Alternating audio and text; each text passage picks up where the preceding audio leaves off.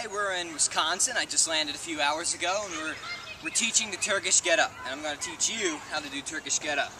Now, the Turkish Get Up is not an exercise you'll see people doing in most gyms today, which is a shame, because as far as shoulder stability, strength, flexibility goes, it's one of the best exercises you can do. It's a full body compound exercise, great for your core, your obliques, like I said, everything for your shoulders. A lot of people use the Get Up for shoulder rehab as well with light bells, but if you really want to get stronger, you got to do Turkish Get Ups, especially if you want to start pressing heavier. Heavy Get Ups are the best way to strengthen yourself for that. So the way the Turkish Get Up is learned, the most efficient way to learn it is to break it down into steps. Now, the best way to learn to get up is to do it without a bell at first. So we'll come to the bell later, alright? Now there's steps to the Get Up. The first step is you're going to be on the ground, alright? And just pretend that you have a bell beside you, imaginary bell for this point. Now, the way you're going to get the bell set up is you're going to roll over into a fetal position. Alright, it looks a little silly, but it keeps you safe. You want your head on the ground so you don't strain your neck. And imagine you have this bell here, alright? You're going to take the side that you're working, grab the handle, alright, straight wrist. Other hand comes on top for support, hugging it close to your body. Neck is on the ground. And you're going to keep this tight as you roll over onto your back. Alright? So it's good just to practice this a few times without the weight. And then when you're ready, alright, you grab the weight. This is what it would look like. Alright? This is step one of the Turkish Get Up. Rolling, fetal position, securing the bell, hugging it close to your body, rolling over.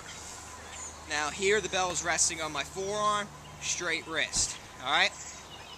Then roll it back. This is how you pick up the bell and put it down for the Turkish Get Up. Alright, second step. Put the weight aside if you're practicing it for your first time. You're going to grab that bell. You're going to roll over. Now you're going to press the bell up and lock it out with two arms, alright? The reason you press the bell up with two arms is because, like I said, if you want to work your pressing power with the Get Up, you're going to be able to do Get Ups with weight heavier than you can press. So get in the habit of using two arms to help yourself up with that bell, because once you start using heavy bells, you're not going to get it up with one arm. So again, here, rolling over, two arms locked out. Now, I'm going to turn it aside so you can see the setup. Once you have that arm locked out, the setup for the Get Up is this, alright? Shoulder is packed down, lat is tight, wrist is straight.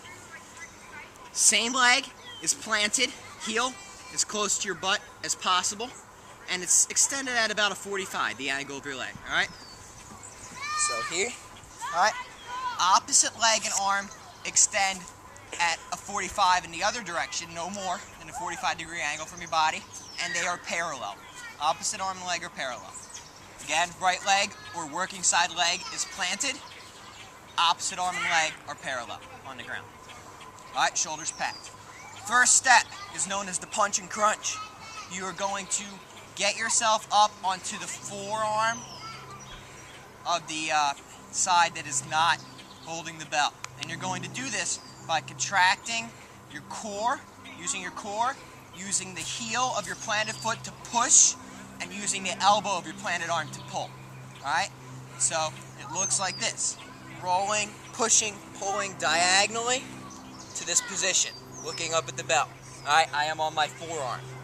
Some people say, well, is it cheating to use your leg and arm to get you up? No, I mean, you're still using your core. Alright, assistance, like I said, if you're doing this with very heavy bell, you're going to want all the help you can get. Back down, shoulder, shoulder. Just practice this step a few times. Here, pushing, pulling, using your core. Looking up at the bell. Alright, down, up. Next step, same thing.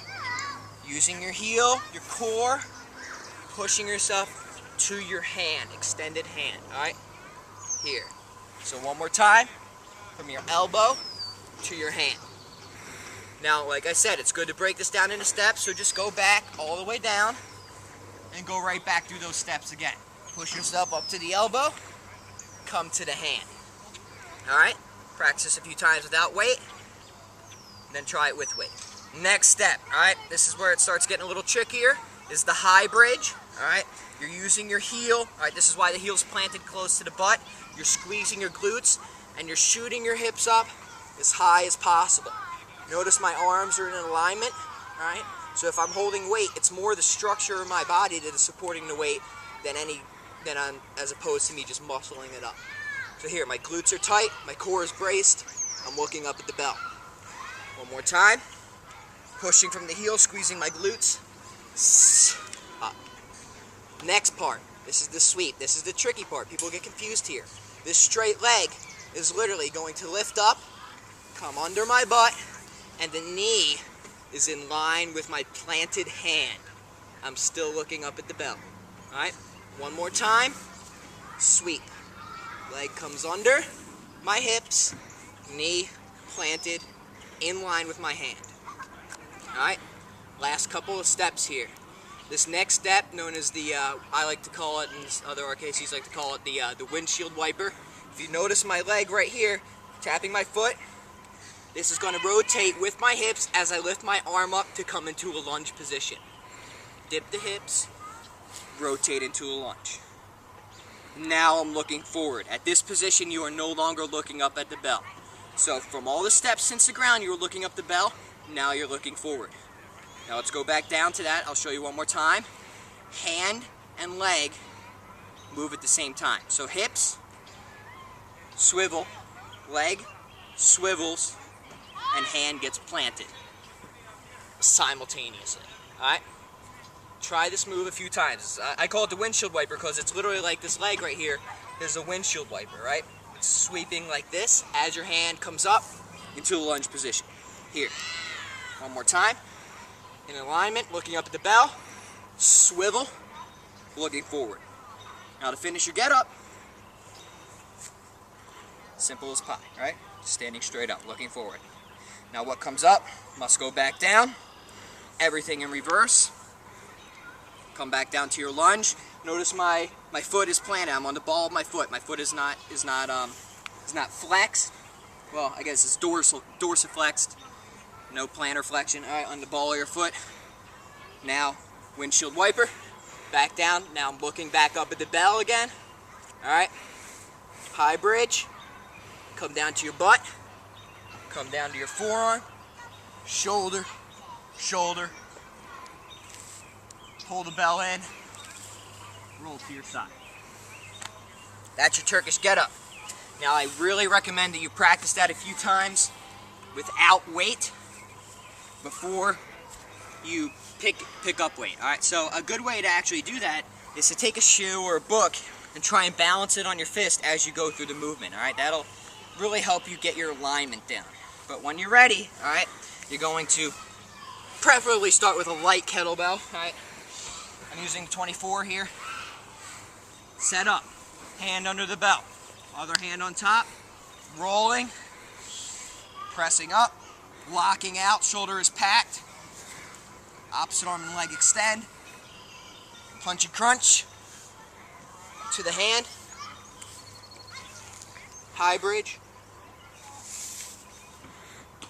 windshield wiper, stand up, what comes up must go back down, here, looking back up,